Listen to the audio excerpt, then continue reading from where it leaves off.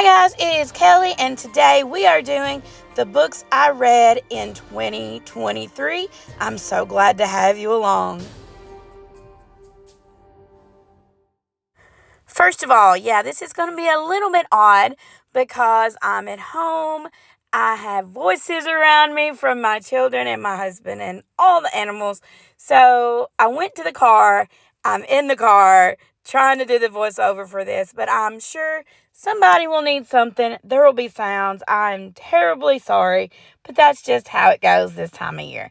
So I decided to tell you all about the books that I read in 2023. And while I made this, I realized that I actually read an extra book that I didn't put on my Goodreads list.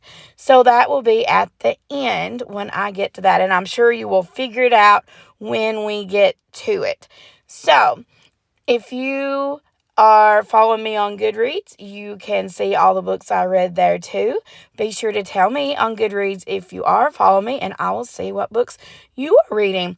This is the first book I read. It's Lucy Foley, The Guest List. I absolutely love Lucy Foley. She's one of my favorite authors. I love her mysteries. And The Guest List was no exception. I listened to it on Audible or on audiobook, which is in a lot of these books. You will find a theme. If you've not read Lucy Foley, you definitely need to. This is My Lovely Wife. It was an interesting little book about a marriage that needed a little bit of spice in it. The next book I read was The Burning Girls by C.J. Tudor. She is an auto read for me. I love her books. She reminds me of a less wordy Stephen King. I love her book so much. This is Bunny. Bunny was the only book I read not on Audible this year, which is strange. Bunny is a strange little book that I think you should read all the trigger warnings for if you're going to read it. This is Hide. It is about hide and seek in an amusement park. I also read The Other People by C.J. Tudor, which, of course, like I said, is an automatic buy for me. Some of these I went through and left the descriptions, but if you want to see what they're actually about, you can go look on my Goodreads. My Dark Vanessa, I listened to. It broke my heart. It's a story of a teacher who seduces her student, so it's rough to listen to, but it's such an amazingly written story. I listened to Interview with the Vampire, which I have read. One of the first novels I ever read was Interview with the Vampire, but I never listened to it on Audible or on audio. I'm sorry, I listened to most of them on Libby, but it's very interesting to listen to it on audio. It's very different. I listened to The Diviners on audio. I have had this book forever and have never gotten to read it. I have the physical copy because it is so pretty. I've never gotten to read it. I saw it on Audible. Not on Audible. I'm so sorry. I saw it on Libby. I do have Audible, but I don't listen to everything on Audible. I listen to it on audio. And I had just absolutely got sucked into the world. It was amazing. If you've never read it, definitely think you should. Then I went into The Lair of Dreams, which is the second book in this series. I can't talk to you too much about it or it would spoil the first book, but amazing. Definitely kept me going. Then they didn't have the third book on Libby, so I read The Sanatorium and Libby, of course, on audiobook. I travel a lot for work, so I listen to audiobooks now, which is really fun. I really like it. I couldn't remember what this one was about, actually, when I went through and started looking at it. Then I remembered it. It's about a wedding that takes place at this sanatorium, as weddings should. And then Before the Devil Breaks You, I have to tell you, it is my favorite cover of any book ever, and I'm so irritated that I can't use this title for any of my books because it's the most perfect title, the most perfect cover. I love it so much, and it's the third book in the other series, the Diviner series. Oh my gosh. And then I read The King of Crows. I had this in paperback, but I got it. I have it in hardcover, but I listened to it on audio. Oh my gosh, y'all. This is an amazing series. It is a long, long, long series. So then I needed something short since I had listened to such a long series. This is The Vessel. it was very short. When we get to the end, when it talks about my updates, my stats, I guess, this was the shortest book I listened to this year. Then I read Bloodless Ties by Katie Wismer, Wismer, I'm so sorry I butchered that.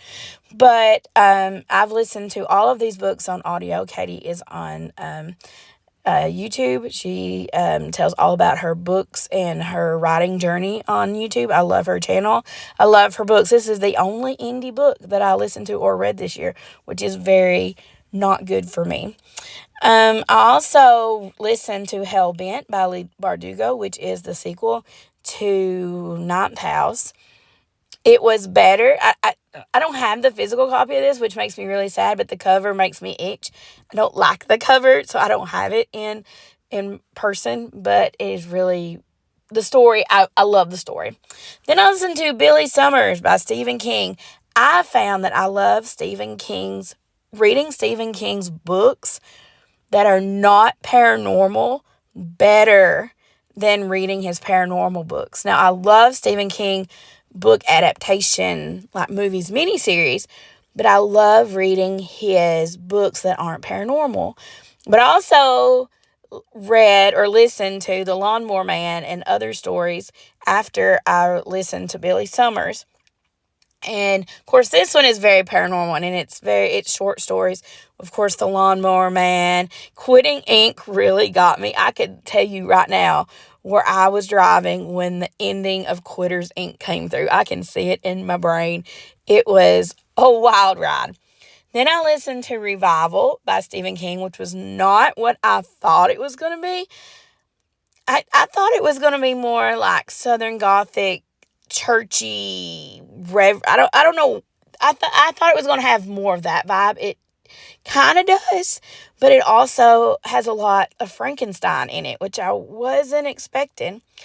Then I read the Truly Devious series by Maureen Johnson, which is absolutely another author that is an absolute auto read for me. I love her books. This is what it's about. It's I love the Truly Devious series. I think it went kind of off the rails, as series tend to do at times, but I can't think of any book on this list that I didn't enjoy at least a little bit. I didn't put any of my DNFs on here because I just didn't count them that I finished them. These are all books that I finished this year. I had the first book, the second book, and the third book in this series. And then I read, I'm trying to get to, this was me figuring out that I didn't put the third book or the fourth book. I don't know. Anyway, then I read 13 Days to Midnight, which it was an interesting book. It's another one of those books that it didn't go the way that I thought it would. And sometimes that's good and sometimes that's not good when it goes a different way than you expect. Then we have Nine Liars, which is a spinoff of the Truly Devious series. I read it, and then I read okay, so Heather Graham is my auto listen to on Libby if I need an audiobook really fast and I don't have anything downloaded that I want to read. So I have read many a Heather Graham book, but I don't always put them on Goodreads because sometimes I forget. I read The Doll Maker. This was because of a TikTok that the author did that made me very interested in this book. I'm so glad I read it. Maybe this is an indie book too. I'm actually not sure. I know the Bloodless Ties series is. I actually don't know if The Doll Maker is. So maybe I read two indie books. I'm actually not sure. I need to look at that. But then I read A House with Good Bones by T. Kingfisher. This is the second book of hers that I've read. The first book, I liked it, but it was interesting in an interesting way. But this one, I stuck it out. I went all the way through it, and I really liked it. I have to say, it was a very good read. Then I read The Dinner Guest by Kirsten Maudlin.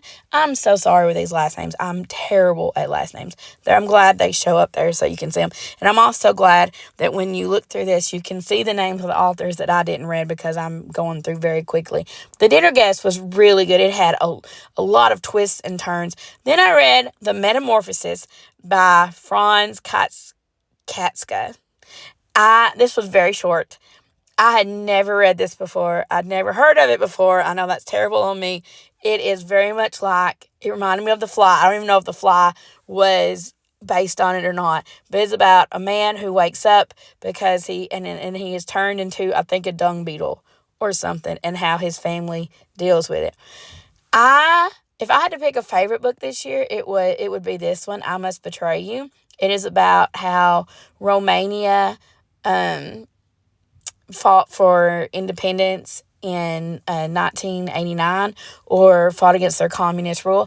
I have read in the reviews some of the people that actually lived there during that time, and some of the Romanians or people who live in Romania don't like this book because they said there's different reasons why people don't like it, and that I totally agree. If somebody wrote a book about the South and it was just way off kilter, I'd be like, y'all, this ain't right. So I do understand that. I liked it. I liked the story part of it. I don't know anything about the history of it, and I wish I did, and it made me want to look it up. So at least in that sense, it did a great job. Okay, so this is the last book I read. This was Midnight is the Darkest Hour. Look at that cover. It is amazing, and this is an interesting thing. I was about to DNF this book at 52% because I loved it, and then I got bored, and I wasn't really into it anymore, and then I read some of the reviews. I read some of the one-star reviews. The one-star reviews is what made me finish this book and actually really enjoy it. So authors, even if you get a one-star review, those reviews can help people read your book. I know it's so wild how that is, but I was reading some of the reviews and I was like, oh, well, that sounds interesting. So I kept reading it. So authors, let this be a lesson to you. We never really know what reviews are going to do. I know for me, this sounds really bad. I don't always read 5-star reviews. I will read, especially if it's a book I don't really know, I'll read more of the 3, 2, 1-star reviews to see if it's something that I might like. I may be the only person that does that. I don't know. But the 1-star reviews, and it's not even that I'll read the 1-star reviews thinking it's going to be negative or that I'm going to not like to read this book. Sometimes I like this book, like Midnight is the Darkest Hour. I read the 1-star review, made me want to finish the book because it sounded, even though that reader didn't like it and it wasn't something that they enjoyed, I thought it would be something I would enjoy, and I was right. I really liked the ending. I really liked the book. So you never know. Don't get mad at your 1-star reviews unless they're just a terrible 1-star reviewer and are like picking on you as a person, because that is not okay. So this is me scrolling through all of the books that I read this year, except there are some Heather Graham books I didn't put on here, and then there's one book in the Truly Devious series that I did not put on here. And we will see that at the end, because I went through and I added it to my Goodreads because I needed that book. Last year, I had a 25 book goal and I read like 52 books. So this year, I put that I wanted to read 52 books and I only got like 32. Then I put on Goodreads. If I went through the Heather Graham books that I listened to all the way through, I'm sure it would be more than that. But this is my review, my year in books, my 2023 year in books. My shortest book was The Vessel. My longest book was Layer of Dreams. My most shelved book was The Guest List. Least shelved was Bloodless Ties, and I'm pretty sure that's because it was a indie book. And then these are all the books I read in a very pretty little graph. I love it so much. So yeah, that's my year in review, my books that I read this year. I don't know if they are books you enjoy. I don't know if they're books you don't enjoy. Tell me about your books that you read this year? Did you read more indie? Did you read more traditional? Did you read more on audio? Did you read more in Kindle or hardcover or paperback or physical copy? I am so surprised that of the 32 books I read this year, 31 of them were on Audible. This is a book, not Audible, on audio. Oh my goodness. That's the book that I read. I will see you later.